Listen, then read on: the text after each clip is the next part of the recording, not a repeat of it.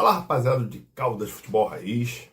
Vamos fazer aqui um panorama do final de semana das rodadas dos clubes do Rio de Janeiro, dos clubes de menor investimento. Estou aqui com essa belíssima camisa do Madureira, né? Aquela camisa de 2013, em homenagem à excursão do Madureira lá em Cuba, na China.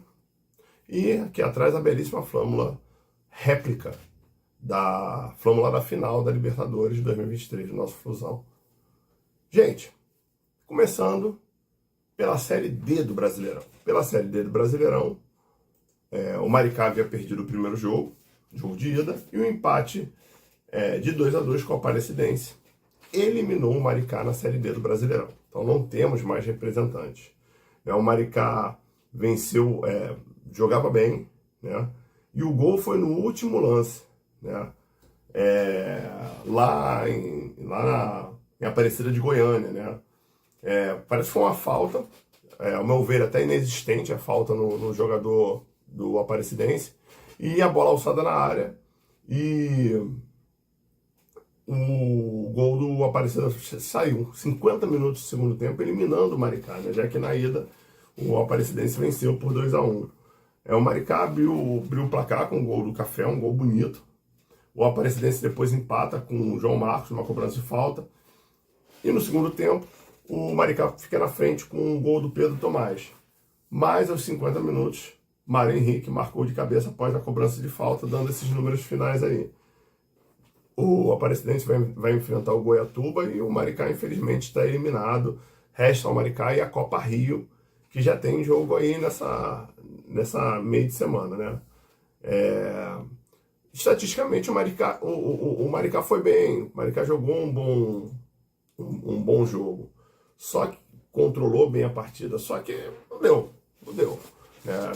O Aparecidense foi o líder de toda a Série D em pontuação e pegou o Maricá, que se classificou também com muita dificuldade. Os clubes do Rio de Janeiro não foram bem nessa Série D.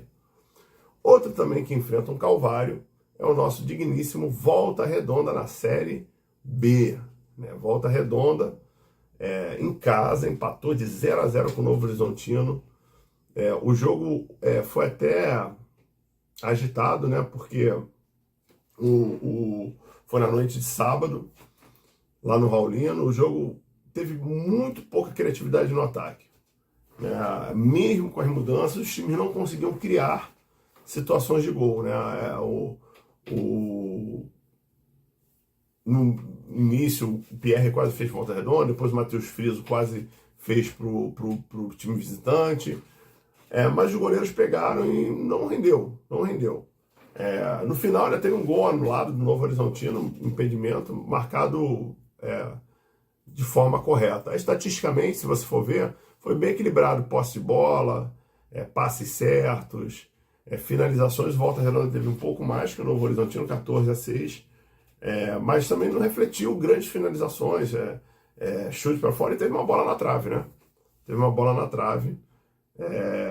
Mas acabou sendo 0-0 um ponto bom, assim, bom para o Novo Horizontino e ruim para o Volta Redonda. Foi o resultado igual da partida. O Novo Horizontino, ele enfrenta o Curitiba, lá em Curitiba, e o Volta Redonda entra em campo na segunda-feira, dia 17, às 9 horas, contra o CRB, também no Raulino de Oliveira, né? Na classificação atual, Volta Redonda está com 22 pontos em 16º, um ponto a mais do América Mineiro, que é o primeiro da zona de rebaixamento. Então, vamos seguir pontuando. O CRB está em 10º, então cabe uma pontuação aí para o Volta Redonda poder ir respirando aos poucos, né? Lembrando que o Volta Redonda está estreando aí alguns pacotes alguns reforços que vieram, né? Então, você teve aí a contratação de um titular da seleção da Bolívia, o Lucas Chaves, né, que vai vir. Lautaro também, Bataglia, regularizado e estreou. Então nós temos aí o João Pedro, que era do Cruzeiro, o atacante. Então tá chegando jogadores para tentar movimentar o time mais aí. Nos campeonatos locais aqui do Rio de Janeiro, nós tivemos a volta da Série A2, né, com as decisões, né? Os primeiros jogos no dia 3 foram 0-0, tanto a Laruama e Bangu como Olaria e São Gonçalo, que nós pudemos estar lá acompanhando, passando para você, e nós tivemos também o jogo de volta. O jogo de volta, nos Los Hilários, sábado, o São Gonçalo meteu 3-0 no Olaria, eliminando o Olaria. Inapelável. O São Gonçalo jogou bem, controlou bem. Lembrando que o São Gonçalo foi o líder, né? O campeão do turno, né? E aí, no sábado, mais tarde um pouquinho, o Bangu enfrentou o Araruama e ganhou também de 1-0, né? Avançando, e vão decidir agora, já esse final de semana, a vaga para a elite do Carioca, o campeão da Série A2, né? Então, assim, as partidas foram... Os gols do São Gonçalo foi do Anthony, Eberson e Di Maria, que não é o Ángel Di Maria. Passamos no nosso canal no último domingo, passamos os gols também. E o gol do Bangu, também passamos no último domingo, foi de 1-0, que, nesse mesmo tempo, que foi do... Não encontrei o nome aqui, mas daqui a pouco eu vou encontrar. E levou até a final. E vai ser um fato interessantíssimo, que o primeiro jogo vai ser em Moça Bonita e o segundo jogo vai ser no Luso Brasileiro, né?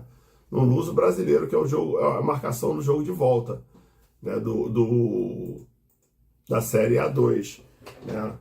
Isso é legal, porque auxilia, né, a gente a ir no jogo e a gente curte, né?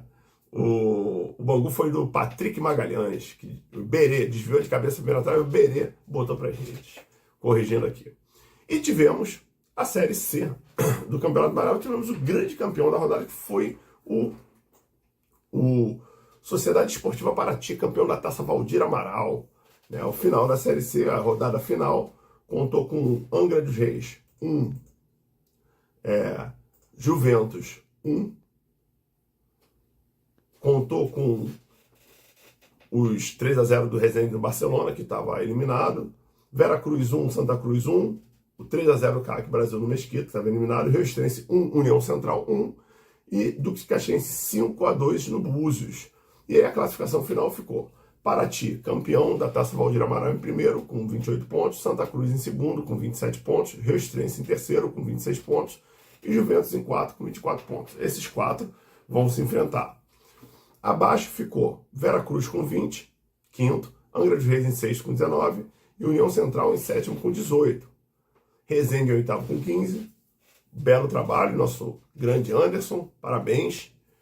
Búzios em nono com 12, Duque de Caxias em décimo com 10, CAC Brasil em décimo primeiro com 9, e aí Mesquita com 7, e Barcelona com 13. Né? Então nós vamos ter aí nas semifinais o seguinte cruzamento: Paraty e Juventus, Santa Cruz e Rio Estrense. Porém, por enquanto, segue em suspenso, porque vai ter um julgamento do recurso no caso do União Central, pela perda de 6 pontos por escalação irregular. Esse recurso vai acontecer na quinta-feira e nós vamos ter uma posição para continuidade, né, para ter essa continuidade aí da Série C.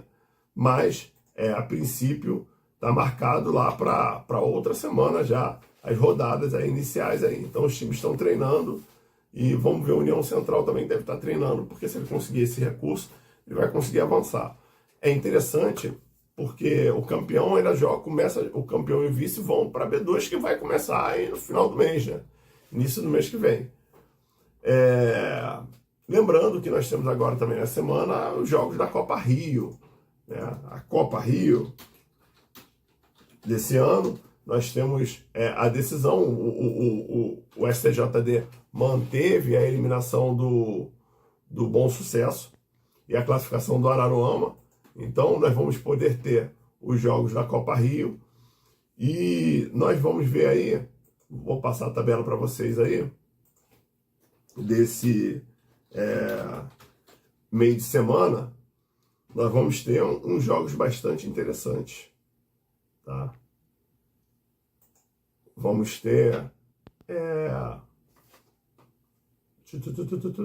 América e Audax, Cabo Friense e Boa Vista. Esse jogo só mulheres e crianças poderão participar lá em Cabo Frio.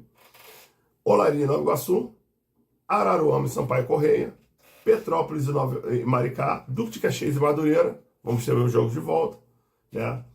Campo Grande e Bangu, Resende Portuguesa. Todos esses são jogos de volta. O único jogo de ida vai ser do Araruama e Sampaio Correia. Os jogos de volta, que é um desses nós pretendemos estar assistindo, que vai ser Madureira e Duque de Caxias. Lembrando que já tivemos os jogos de volta, os jogos de ida, e já temos alguns resultados também favorecendo esses clubes nos jogos de volta. Mas vou deixar isso no próximo vídeo. Quando terminar a rodada, lá para quinta, sexta-feira, a gente põe aí atualizando no canal, falando da Copa Rio. Valeu? Um abraço, fiquem bem.